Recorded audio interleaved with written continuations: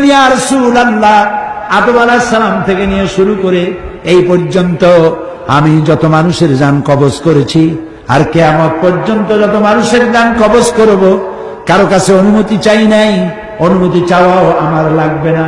কিন্তু আজকে আসার সময় আল্লাহ রাব্বুল আলামিন আমাকে বলেছেন আমি যেন আপনার অনুমতি চাই। রাসূলুল্লাহ বললেন, মালাকুল মউত, আমি যদি তোমাকে অনুমতি না দেই? হযরতে মালাকুল মউত বলেন, ইয়া রাসূলুল্লাহ, আল্লাহ তাআলা বলেছেন অনুমতি যদি না পাও ফিরে এসো। আল্লাহু আকবার, আল্লাহু আকবার।